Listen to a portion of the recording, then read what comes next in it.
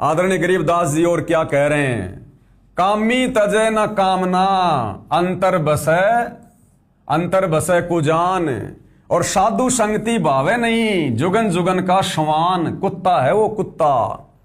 कामी तजय न कामना। अरे सतगुरु से उपदेश लेकर इतना ज्ञान सुनकर भी जो व्यक्ति अपनी काम वासना का परित्याग नहीं करता है, परमात्मा कहते हैं उसके हृदय में कोई ज्ञानवान नहीं समझाया। अंदर से बिल्कुल थोता है, थोता।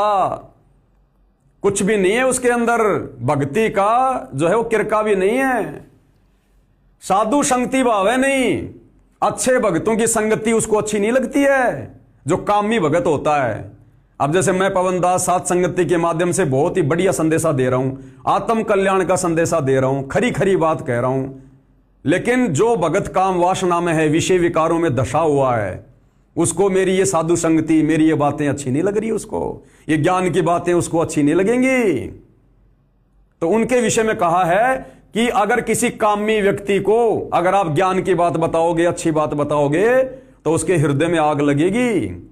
साधु संगति, अच्छे भक्तों की संगति उसको अच्छी नहीं लगेगी, क्योंकि अच्छे भक्तों की संगति में आकर तो भैया विषय वासना त्यागनी पड़ेगी, और कामी भगत कभी इन विषय वासनाओं का त्याग नहीं कर सकता। तो उसको साधु संगति क्यों अच्छी लगेगी? वो तो साध संगति को बुराई बताएगा।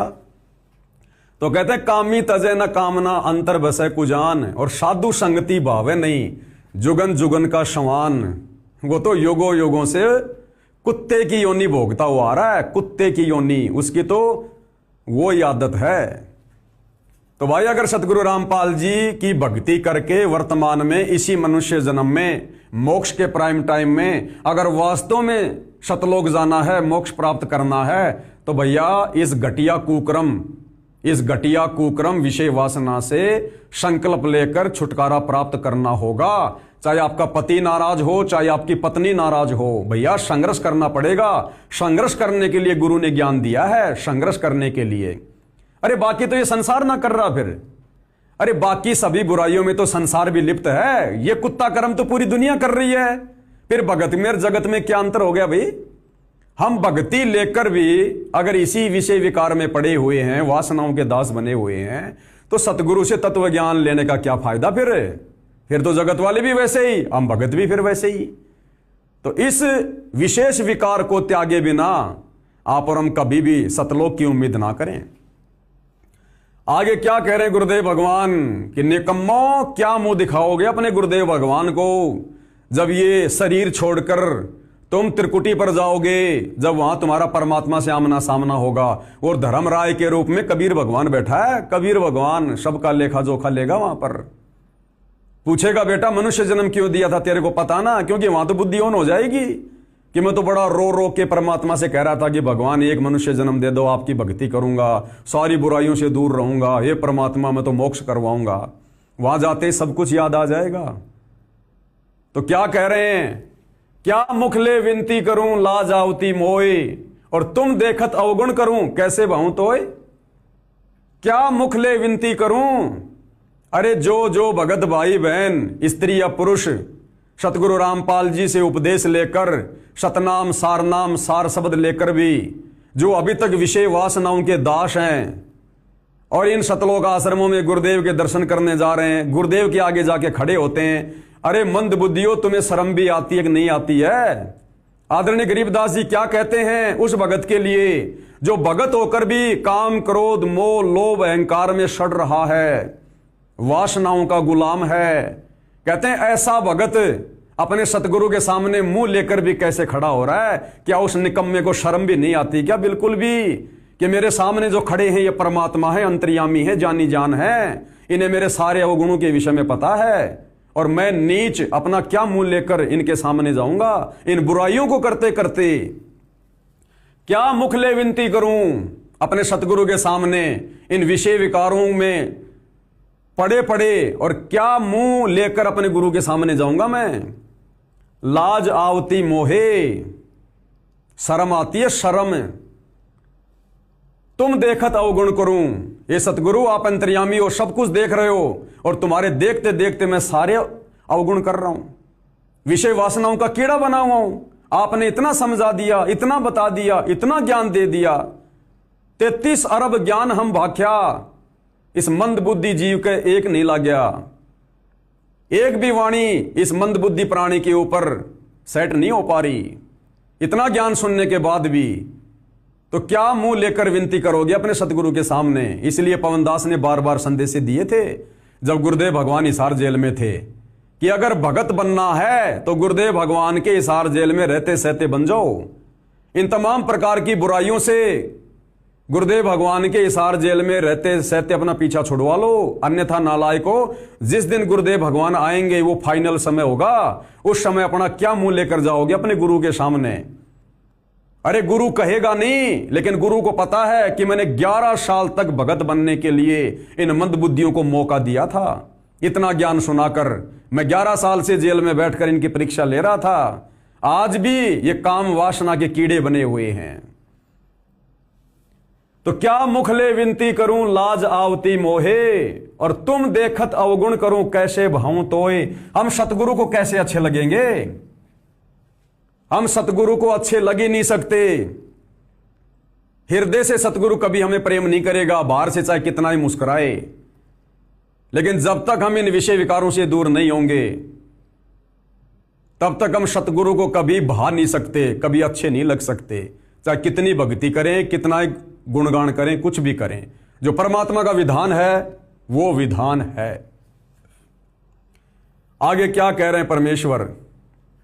एक शब्द है पूज्य गुरुदेव भगवान का, लोक लाज मर्याद जगत की और तिरण ज्यों तोड़ बगावे। लोक लाज मर्याद जगत की। अरे भैया ये तो तत्व ज्ञानहीन लोगों की मर्यादा है। ये शादी करना, शादी करके बच्चे पैदा करना, काल की खुराक तैयार करना, विषय वासनाओं का कीड़ा बना रहना, ये तो जगत की मर्यादाएं हैं। भगत की मर्यादा उपदेश लेने के बाद, सतगुरु धारण करने के बाद जगत से भिन्न हो जाती है, भिन्न। लोक लाज मर्याद जगत की, तिरण यानी घास का तिनका, उसकी तरह बिल्कुल तोड़ के फेंक दो। और कामनी और कनक जहर कर जाने, ये भगत के लिए आदेश है, भगत के लिए। क्या कह रहे परमात्मा? नाम उपदेश लेने के बाद में कामनी और कनक, इनको जहर के समान समझना, जहर के समान है। अरे जिसको पता है कि ये जहर है, क्या उसका एक टपका भी कोई अपनी जीभ पे रख सकता है क्या? कोई पागल रख सकता है? पागल, समझदार नहीं। तो कामनी का मतलब है स्त्री। परमात्मा कह रहे हैं स्त्री को, अब स्त्री तो हमारी बहन भी है, स्त्री तो हमारी मां भी है। हमने उस घर को छोड़ के नहीं जाना, उनसे दूरी नहीं बनानी। स्त्री रूप में जो तेरी पत्नी है, केवल तूने उससे सेक्स क्रिया बंद करनी है, शारीरिक संबंध बनाने बंद करने हैं। बाकी उस स्त्री की तू अच्छे से, तू उसकी इज्जत कर, उसको प्यार से बोल, उसकी अन्य तमाम प्रकार की आवश्यकताओं की पूर्ति कर, जिसकी तेरे साथ में शादी हुई है, क्योंकि वो तेरी अर्धांगिनी है, वो तेरी पत्नी है। पिछले ऋण संबंधों के चलते तेरा और उसका संबंध है। लेकिन अगर तूने भक्ति सफल करनी है तो पति पत्नी व्यवहार बंद करना पड़ेगा। यानी उन बकवादों के रूप में, शारीरिक संबंधों के रूप में तूने अपनी स्त्री को जहर के समान समझना पड़ेगा। बाकी तो उसी परिवार में रहना है, प्यार प्रेम से बोलना है, सारे काम करने। लेकिन जब बात आएगी विषय वासनाओं की, शारीरिक संबंधों की, तो कहते हैं उस विषय को लेकर स्त्री को जहर समझना पड़ेगा, जहर। यह सतगुरु का आदेश है, पवनदास का नहीं है। कामिनी यानी स्त्री, और ये कनक यानी सोना, सोना, क्योंकि सोने में भी काल का निवास है। गुरुदेव ने बता दिया राजा परीक्षित की कहानी बता के कि सोने में काल का प्रवेश है। और स्त्री के साथ यदि तुम बकवाद करोगे, शारीरिक संबंध बनाओगे, तो तुम्हारी कितनी बीज शक्ति नष्ट होगी। काल का कितना दबाव है तुम्हारे ऊपर। सतगुरु ने 30 साल से इतना ज्ञान दिया और फिर भी तुम वही काम कर रहे हो जो काल चाहता है। तो तुम किसके गुलाम हो, तुम किसके दास हो, काल के या अपने सतगुरु के? तुम किसकी बात को ज्यादा महत्व दे रहे हो? काल की क्रिया को। तो गुरुदेव भगवान कहते हैं अगर उपदेश लेकर भक्ति सफल करनी है, मोक्ष प्राप्त करना है, भाई ये अमरवाणियां हैं, मूल मंत्र हैं, ये फॉर्मूले हैं। जब तक हम फॉर्मूलों के हिसाब से नहीं चलेंगे हम कभी भी सफल नहीं हो सकते भक्ति मार्ग पर, कभी भी। तो क्या कह रहे हैं परमात्मा, कामनी यानी स्त्री को, यानी बकवाद रूप में, सेक्स रूप में, और ये कनक यानी सोना, इनको जहर के समान समझना पड़ेगा, जहर के समान अगर मोक्ष प्राप्त करना हो तो। शहर अगमपुर जावे वो भगत शतलोक जाएगा। अगमपुर यानी सबसे आगे वाला शहर शतलोक है। कहते हैं वो भगत जो स्त्री को और सोने को जहर के समान समझेगा वो शहर अगमपुर जावे। वही आत्मा यहां से भक्ति करके शतलोक जा सकती है। बाकी कामी भगत का उद्धार नहीं हो सकता, चाहे कितनी भक्ति कर ले, कितना दिखावा करे, वो तो नीचे से फूटा हुआ है, फूटा, टपक टपक टपक भक्ति टपक रही है। जब कोई राम भगत गति पावे हो जी, तब कहीं जाकर कोई राम भगत, कोई सतगुरु भगत, कोई कबीर भगत मुक्ति प्राप्त कर सकता है। ये अमरवाणियां हैं। जो लोग ये कहते हैं ना कि सतगुरु रामपाल जी से उपदेश लेने के बाद क्या अपनी पत्नी के साथ भी शारीरिक संबंध बनाने छोड़ने पड़ेंगे, भाई बहन का रिश्ता कायम करना पड़ेगा?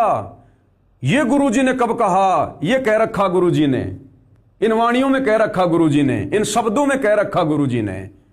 और गुरु तुम्हें खोल खोल के नहीं बताएगा, खोल खोल के नहीं बताएगा। अगर गुरु खोल खोल के बता देता ना, तुम भक्ति मार्ग पर आज दिखाई भी नहीं देते कि यो न्यारा है बाबा, पति पत्नी के संबंधों को भी भाई बहन के संबंधों में तब्दील करवा रहा है। हमारी छोटी बुद्धि को देखते हुए इसलिए गुरु सत्संगों में साफ साफ नहीं कहता है। बाकी कहने को गुरुदेव ने सत्संगों में सब कुछ कह दिया, और इसीलिए तो कहा परमात्मा ने कि शब्द शयन सतगुरु की पहचान है, वो पावे अटल सुहाग रे।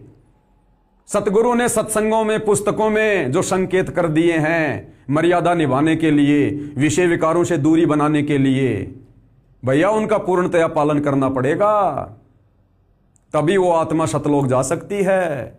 लोक लाज मर्याद जगत की और तिनके जो तोड़ बगावे एक झटके में। ये विषय वासना वाला खेल जो खत्म हमने करना है, ये धीरे धीरे नहीं करना कि चलो मैं एक महीने में 5 बार अपनी पत्नी के साथ में सोता हूं, अगले महीने में 3 बार सोऊंगा, फिर 2 बार सोऊंगा। नहीं नहीं नहीं नहीं, परमात्मा कहते हैं ये तो ऐसी बीमारी है, इसके तो जड़े काटो। ज्ञानकार गाम का चमकासा होता है। ये बुराइयां छूटनी होंगी जिस भगत की, एक झटके में छूटेंगी, एक झटके में, धीरे धीरे करने से नहीं छूटती है। तो लोक लाज मर्याद जगत की और तिनके जो तोड़ बगावे, एक झटके में तोड़ के फेंक दो अगर मोक्ष चाहिए तो। और कामनी और कनक जहर कर जाने, वो शहर अगमपुर जावे। जब कोई राम भगत गति पावे हो जी। भाई और बहनों, अभी केवल वाणियों के ऊपर वीडियो चल रहा है। आगे आपको सतगुरु रामपाल जी के द्वारा लिखित पुस्तकों में कोई 10 प्रमाण दिखाऊंगा कि खुद की स्त्री के साथ में शारीरिक संबंध बनाने वाला दुराचारी व्यक्ति है व्यभिचारी। और 5वें वेद सूक्ष्म वेद की वाणियों से दिखाऊंगा कि खुद की स्त्री के साथ संभोग करना भक्ति मार्ग में कितना हानिकारक है।